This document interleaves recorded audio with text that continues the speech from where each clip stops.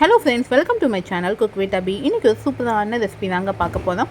பாய் வீட்டு ஸ்டைலில் பீஃப் பிரியாணி செம்ம டேஸ்ட்டாக ஜீரக சம்பா அரிசி வச்சு செய்ய போகிறாங்க. 1 கிலோ அளவுக்கு பீஃப் பிரியாணி செய்ய போகிறோம். நீங்கள் பீஃப்க்கு பதிலாக மட்டன் கூட இந்த மெத்தடில் செஞ்சு பாருங்கள். செம்ம டேஸ்ட்டாக இருக்கும். வித்தியாசமாக இது மாதிரி செய்யுங்க, எல்லோரும் விரும்பி சாப்பிடுவாங்க. 1 கிலோ அளவுக்கு நான் பீஃப் எடுத்துருக்கேன். நல்லா 2-3 தடவை நல்லா வாஷ் பண்ணிக்கோங்க. வாஷ் பண்ணதுக்கப்புறம் 120 ml அளவுக்கு தயிர் இந்த பீஃபில் சேர்த்துக்கலாம். நீங்கள் மட்டன்னா இதே ப்ராசஸ் படியே பண்ணிக்கோங்க. தேவையான அளவு உப்பு சேர்த்துக்கோங்க. மஞ்சத்தூள் 1 டீஸ்பூன் அளவுக்கு சேர்த்துக்கோங்க. இஞ்சி பூண்டு பேஸ்ட் 1.5 ஸ்பூன் அளவுக்கு இஞ்சி பூண்டு பேஸ்ட் சேர்த்துக்கலாம். சேர்த்து இதெல்லாம் நல்லா மிக்ஸ் பண்ணி விட்டுக்கோங்க. இந்த மீட்டோட இந்த தயிர், இந்த இஞ்சி பூண்டு பேஸ்ட் எல்லாம் நல்லா மிக்ஸ் ஆகணும். நல்லா மிக்ஸ் பண்ணி விட்டுக்கோங்க. இது குறைஞ்சது ஒரு அரை மணி நேரம் ஊற விட்டுருங்க. இப்போ பிரியாணிக்கு நம்ம ஒரு மசாலா ரெடி பண்ணிடலாம். சின்ன வெங்காயம் 100 கிராம் அளவுக்கு சின்ன வெங்காயம் உரிச்சிருக்கேன். அதை மிக்ஸி ஜாரில் சேர்த்துக்கோங்க. 3 பச்சை மிளகாய், நீங்கள் நல்லா காரம் சேர்ப்பீங்கன்னா இன்னொரு 2 மிளகாய் எக்ஸ்ட்ரா சேர்த்துக்கோங்க.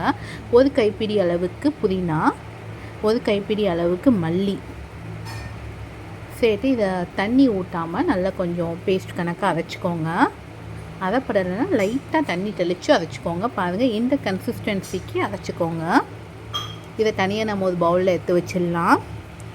நான் 2 பெரிய வெங்காயம், 3 பெரிய சைஸ் தக்காளி பழம் நறுக்கி வச்சுருக்கேன். அதில் உள்ள 3 தக்காளி பழத்தையும் மிக்சியில் போட்டு தண்ணி ஊற்றாமல் இது மாதிரி கொஞ்சம் கொரன்னு அரைச்சிக்கோங்க.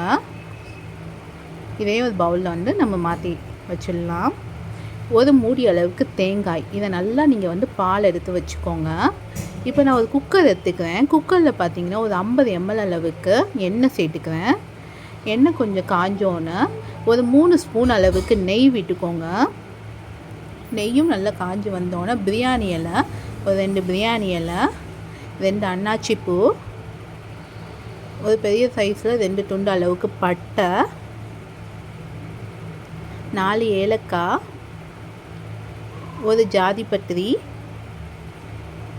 4 கிராம்பு, கொஞ்சமாக கல்பாசி சேர்த்துக்கோங்க. இதோட 1 டீஸ்பூன் அளவுக்கு சோம்பு. இதெல்லாம் நல்லா பொரிஞ்சோன்னே இன்னும் ஒரு கைப்பிடி அளவுக்கு புதினாவை இந்த எண்ணெயில் போட்டிங்கன்னா நல்ல ஒரு ஃப்ளேவர் கிடைக்கும். இதெல்லாம் நல்லா வதங்கினதுக்கப்புறம் நறுக்கி வச்சுருக்க வெங்காயம், 2 பெரிய சைஸ் வெங்காயம் நறுக்கி வச்சுருக்கேன், அதையும் இதில் சேர்த்துக்கலாம். சேர்த்து நல்லா வதக்கி விட்டுக்கோங்க. இந்த வெங்காயம் வதங்குறதுக்கு கொஞ்சமாக உப்பு சேர்த்துக்கலாம். சேர்த்து வெங்காயம் நல்லா நம்மளுக்கு கோல்டன் ப்ரௌன் கலருக்கு வரணும். பாருங்கள், இந்த பக்குவத்துக்கு வரணும். நல்லா வதக்கினதுக்கப்புறம் மிளகாய் தூள் சேர்த்துக்கோங்க. நான் ஒரு 2 ஸ்பூன் அளவுக்கு 2 டீஸ்பூன் அளவுக்கு மிளகாய் தூள் சேர்த்துக்கிறேன். இதோட நம்ம அரைச்சி வச்சுருக்க இந்த புதினா, மல்லி, வெங்காயம் அந்த பேஸ்ட்டையும் சேர்த்துக்கலாம். சேர்த்து இதையும் நல்லா வதக்கி விட்டுக்கோங்க. இதோட தக்காளி அரைச்சி வச்சுருக்கோம்ல, அந்த இதையும் சேர்த்துப்போம். சேர்த்து இதையும் ஒரு தடவை நல்லா மிக்ஸ் பண்ணி விட்டுக்கோங்க. இதோட பச்சை வாசனை போகிற அளவுக்கு வதக்கி விட்டுக்கோங்க. இது பச்சை வாசனைலாம் போயாச்சு. இப்போ இஞ்சி பூண்டு பேஸ்ட் ஒரு 2 ஸ்பூன் அளவுக்கு சேர்த்துப்போம். சேர்த்து இஞ்சி பூண்டோட பச்சை வாசனை போகிற அளவுக்கு நல்லா வதக்கி விட்டுக்கலாம்.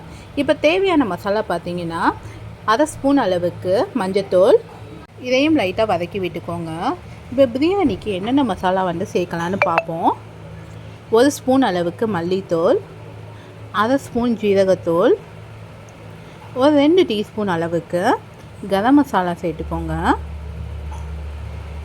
இதையும் ஒரு தடவை வதக்கி விட்டுக்கோங்க.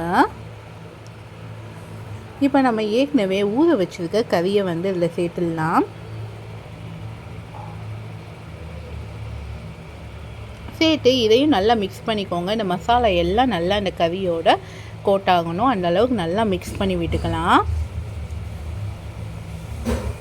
கறி சீக்கிரம் வேகிறதுக்காக எலும்புச்சம்பளம் அந்த விதையை எடுத்துட்டு எலும்புச்சம்பளம், ஒரு எலும்புச்சம்பளம் மீடியம் சைஸ் எலும்புச்சம்பளம் எடுத்துக்கேன். அதில் உள்ள ஒரு எலும்புச்சம்பளத்தோட சாறையும் அதில் புழிஞ்சு விட்டுக்கலாம்.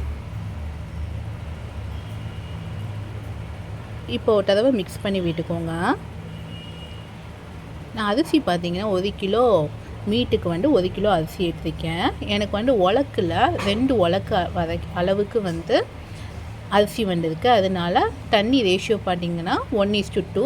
ஒரு உலக்கு அரிசினா 2 உலக்கு தண்ணி. அதனால் நான் வந்து இப்போ வந்து ஒரு உலக்கு அளவுக்கு தண்ணி மட்டும் சேர்த்துக்கிறேன்.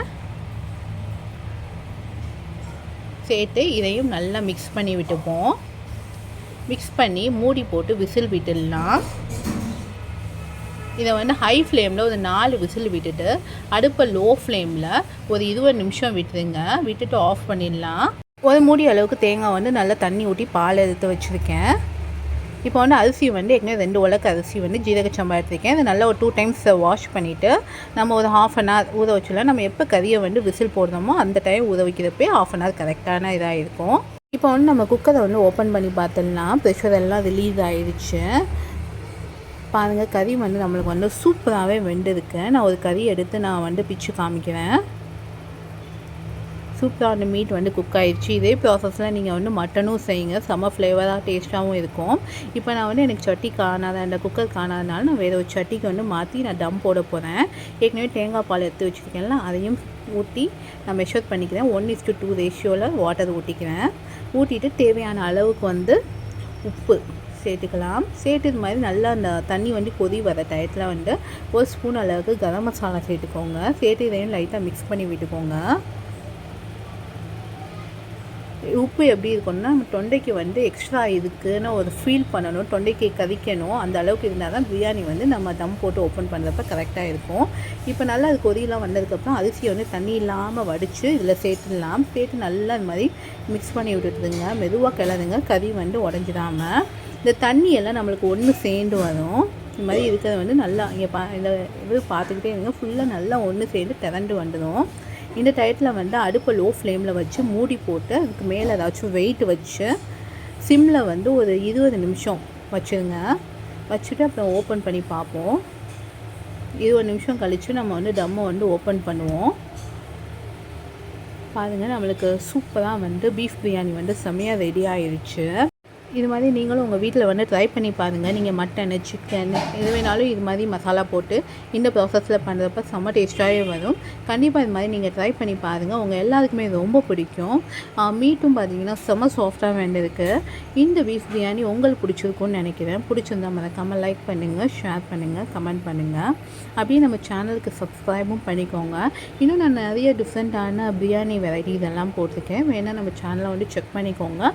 மேலே ஐகான்லேயும் கொடுக்குறேன், செக் பண்ணி பார்த்துக்கோங்க. இன்னொன்று ஒரு சூப்பரான ரெசிபியோடு பார்க்குறேன். தேங்க்யூ ஃபார் வாட்சிங்.